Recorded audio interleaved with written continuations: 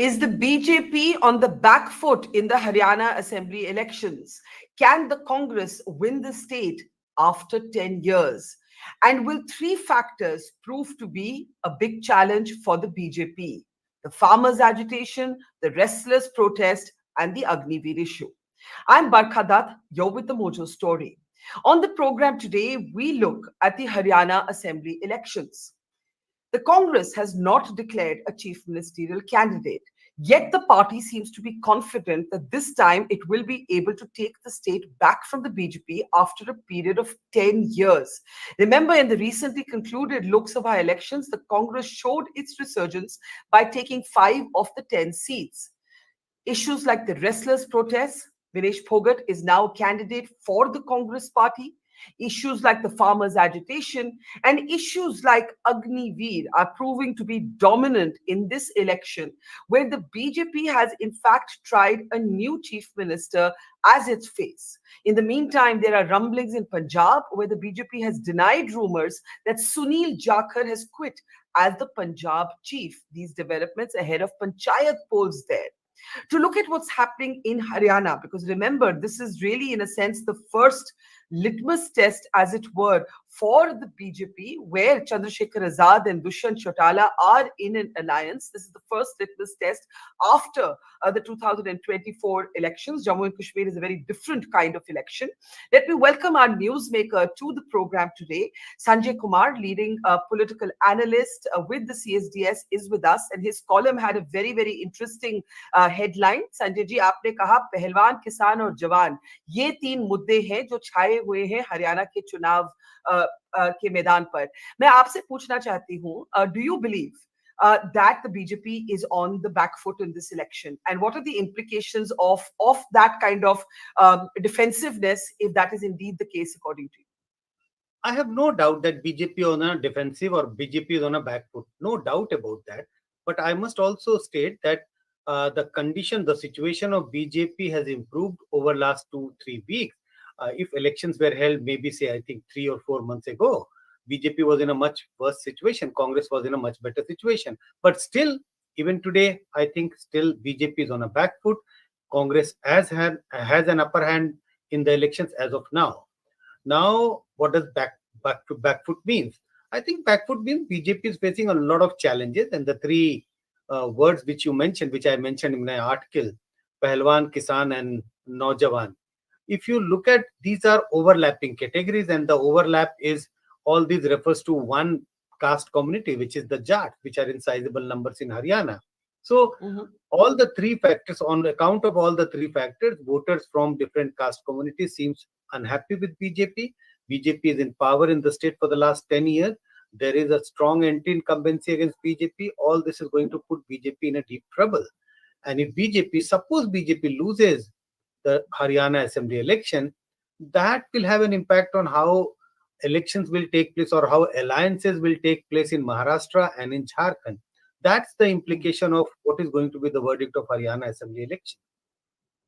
So we'll come to the implications of what a BJP defeat might mean for politics in other states. But let's look at Haryana itself. And if we can start bringing up our numbers, we already saw changes take place in the Lok Sabha elections where the Congress was able to take 5 of the 10 seats. And when we look at the assembly elections, the BJP was very strong. But after a decade, the Congress is actually throwing a challenge. What do you think changed in the Lok Sabha election itself? Was it primarily the farmers' agitation, the issue of jobs for young people, and of course the Agniveer issue, because in many of the villages of Haryana you have young men who used to join the military. We've seen reports, some of them in desperation now have even gone and found themselves in the Russia-Ukraine war till the government had to intervene to bring them back home. What has explained the shift from the BJP's domination in the assembly elections to being able to take 5 of the 10 seats in the Lok Sabha elections? Well, remember, even if you look at the 2019 Lok Sabha elections and the assembly elections held soon after that, even though BJP managed to form a government along with the JJP, BJP could not get a majority of its own in 2019, and BJP's vote share declined drastically between 2019 Lok Sabha election and 2019 assembly election. So the three factors which I mentioned were present during the Lok Sabha elections, also 2024 Lok Sabha election. There were unhappiness against the BJP government on account of the farmers' agitation, on account of how government handled the wrestlers when they were sitting on a dharna in Delhi, and the anxieties. I would not say dissatisfaction, but a lot of anxieties about the Agniveer scheme. Yes, people feel very happy when they get into this Agniveer scheme, they get into the army, but slowly and gradually, when they spend 2, 3, 4 years in being in army, they start having this anxiety. What happens to them next after they have completed, the term as an Agniveer? So Hmm. all the factors together created an atmosphere which went against BJP in 2024, and we know the results. Compared to winning 10 seats in 2019, BJP managed to win only half of those 10 seats, and Congress managed to get 5 seats, victory in 5 seats. So the things changed in the last 1 year before the Lok Sabha election. I don't think that things started changing soon after 2019 Lok Sabha election, but Hmm. if I look at how things change, it was just 8 or 10 months before the Lok Sabha election that these issues started surfacing on the ground, and people started having a lot of dissatisfaction with the ruling BJP government, and sensing that BJP changed their chief ministerial candidate, which was not enough to wean back the voters who have moved away from the BJP. Yeah. So let's talk about why you think the BJP has not changed its tactics from the Lok Sabha to the assembly elections. If you look at the issue, for example, of Agniveer, in the middle there were rumors that the BJP would be reviewing this because even the allies of the BJP, for example, Nitish Kumar and Chandrababu Naidu, Nitish Kumar in particular, Bihar in particular, was pushing for a review of this policy. So far we have not seen that, and this continues. It was extremely unpopular among young people in Uttar Pradesh. Akhilesh Yadav made it an issue in every campaign speech. In Haryana too, we are seeing sort of the repercussions of that, but we are not seeing the BJP really change tactic or shift gear. Why do you think that is? No, first about the review of the policy. Yes, BJP did not make any effort to review the Agniveer policy, because Mhm. if they had decided to review the Agniveer policy, that would have meant, like accepting the blame or accepting the charges by the ruling opposition party that there is a problem in Agniveer issue. If you Hmm. say that we are going to review it, so the BJP was not willing to do that, because they keep saying that this is a good scheme. They have never said that this is not a good scheme. So if you start reviewing, it is accepting that there is some fault in the scheme. Uh, so that was one issue.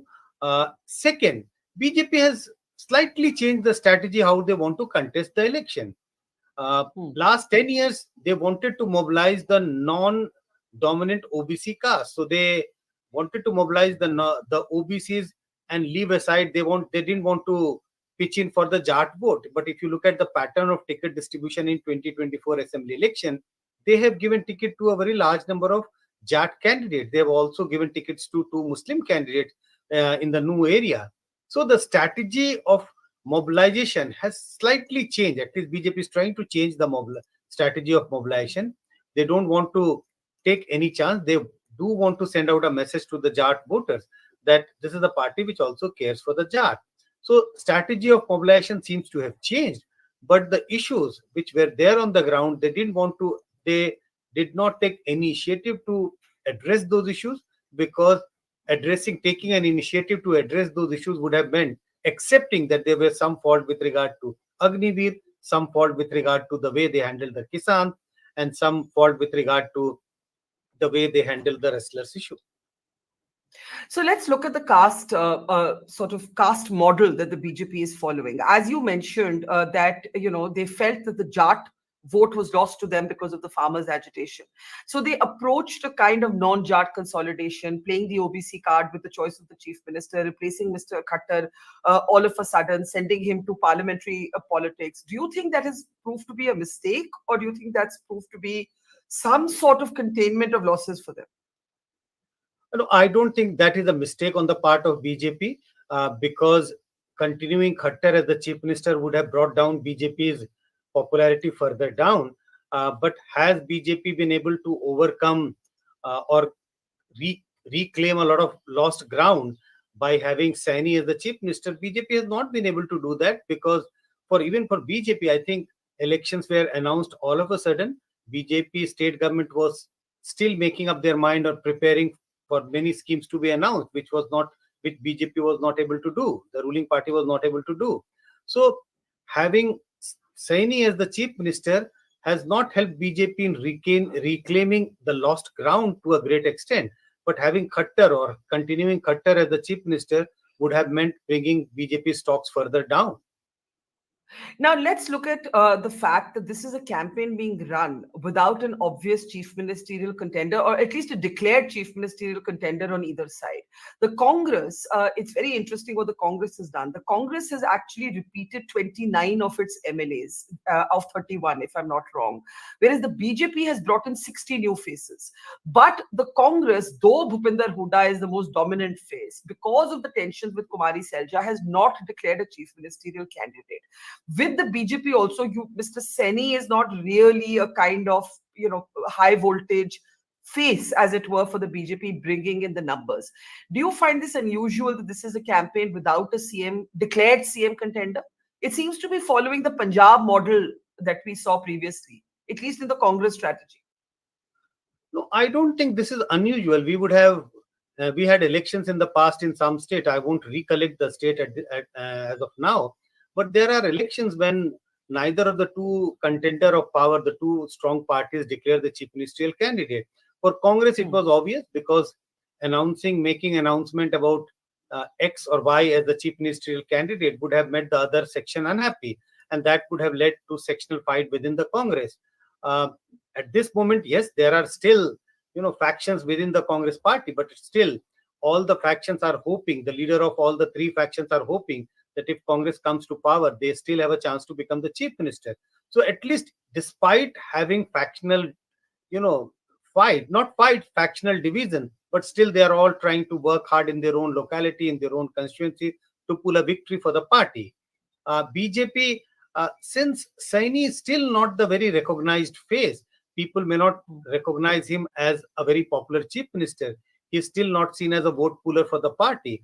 So declaring him as the chief ministerial candidate would not have helped the party.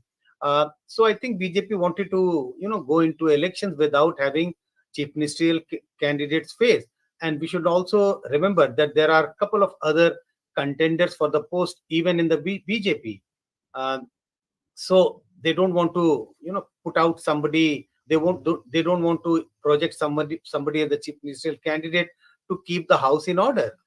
So I think these are the two compulsions within the BJP and the Congress why they didn't want to project someone as the chief ministerial candidate, essentially to keep the flock together, and essentially like for the BJP, the difficulty is none of the BJP leader is so popular that they can pull votes for the party. Congress still had a couple of popular faces, but the difficulty was too many popular faces, and it was very difficult for them to project one of them as the chief ministerial candidate. Let's talk about the Congress for a moment. The Congress has a problem of plenty, but there's no doubt that the most dominant face of the Congress campaign remains Mr. Bhupinder Hooda. There was a rumor even in the middle that Mr. Hooda may form a party, a regional party of his own. That did not happen. Now, because there are other leaders like Kumari Selja, no chief ministerial face has been declared. But can the Congress afford to have any chief minister but somebody from the Hooda family? If the Congress were to win, there are many ifs there, but if the Congress were to win and be able to choose a chief minister on its own terms, can they afford to have anybody else but Mr. Hooda? It would be very difficult for the party to choose someone else other than Hooda if party manages to, win election, is in a position to form the government on its own. Because we should not forget that if you look at all the candidates who have been nominated by the Congress party, a very large number of them are from the Hooda camp or Hooda loyalists. Remember a situation which arose in Rajasthan a couple of years ago when the central leadership of the party wanted to remove Ashok Gehlot as the chief minister, but they couldn't do that because a very large number of his loyalists wanted him to be the chief minister. So such a situation might come even in Haryana if Congress manages to win election and if Congress ever decides not to have Hooda as the chief minister and think of someone else as the chief minister. Remember what happened to the party in Andhra Pradesh when Congress decided not to have Jagan Mohan Reddy as the chief ministerial candidate, and they went for Kiran Reddy as the chief ministerial candidate or the chief minister. We know what happened to the party and how Jagan Reddy was able to create a party on its own, and he became such a popular leader in the state. Such a situation might happen even in Haryana, but we should also not forget that there are other examples as well. The neighboring state of Punjab. Yes, Amrinder Singh was a very popular chief minister. He formed his own party, but he could not perform the way he thought that he will be able to damage Congress prospect. And finally, he joined the BJP. So there are different examples, but I think Huda is really a popular face. Huda has a lot of loyalists in the party who are contesting the Yeah. present election. And if Congress decides not to have him as the chief minister, Congress may have a very difficult time. Let's talk a moment for a moment about what's happening in Punjab as well before we come back to Haryana. We saw today the morning begin with rumors of Sunil Jakhar, who's actually an import from the Congress. He emerged from that whole troubled handling of divisions in the Congress. He became the head of the BJP Punjab unit, and the day started with rumors that he had resigned.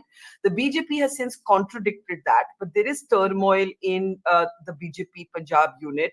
There is a sense that after Mr. Bittu was made cabinet, was given a berth, Sunil Jakhar is unhappy. We don't know exactly what's happening there. So this sort of whole Punjab and Haryana handling ever since the farmers' agitation has been a challenge for the BJP. Absolutely, whether Sunil Jakhar resigned or not. But what you mentioned, there's a clear signal that all is not well with the BJP in Punjab. Same is the story to a little different extent in Haryana. So yes, BJP is facing challenges in some states, including Haryana and Punjab. Punjab BJP has not been a very dominant party for last many years. They have been having an alliance with Akali Dal. So BJP is trying hard to make inroads in Punjab, but given the turmoil which party is facing in Punjab at the moment, BJP will find it difficult to expand. But the fortunate part of for the party is that they don't have to face any election soon, because assembly elections are due only in a like three Yeah. years away, and Lok Sabha elections will be 5 years away. Let's then talk about the impact of what happens in Haryana on other states. You said that there will be some impact in a non-linear way on the other two states that still have to poll. I'm not clubbing Jammu and Kashmir in this election, because in Mm. this conversation, because it's a very different set of factors, very different variables. But when you look at Jharkhand and Maharashtra, why do you believe what happens in Haryana will have an impact on Jharkhand and Maharashtra? More so on Maharashtra, because in Maharashtra we should not forget that BJP is not going to contest elections alone.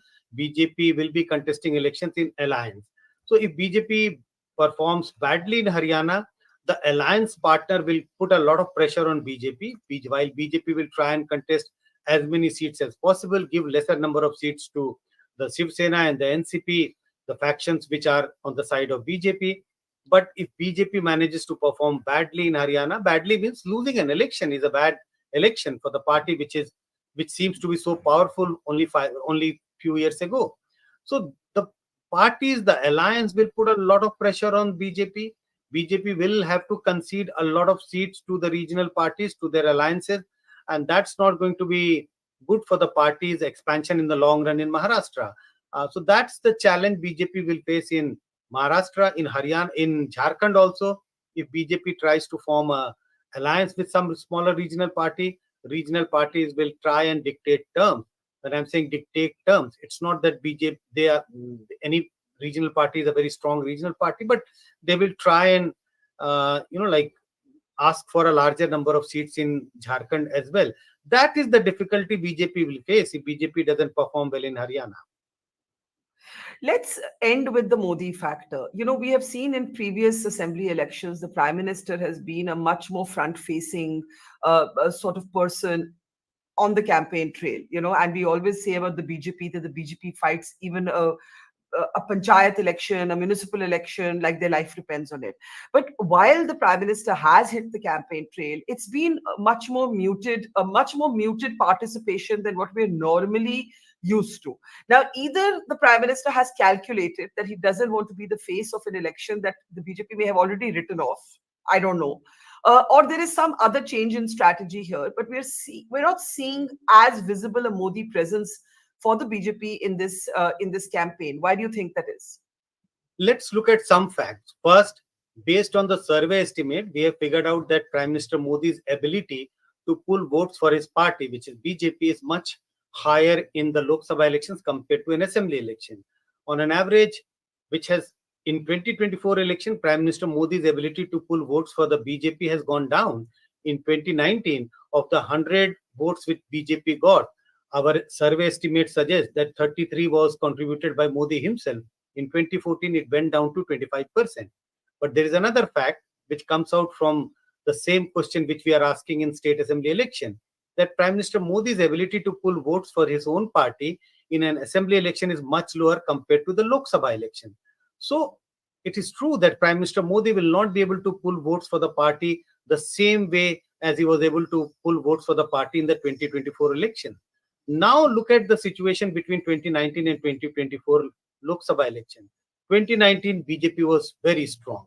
BJP had won all the 10 seats. Despite that, BJP could not get a majority when the state assembly election were held few months after the 2019 Lok Sabha election.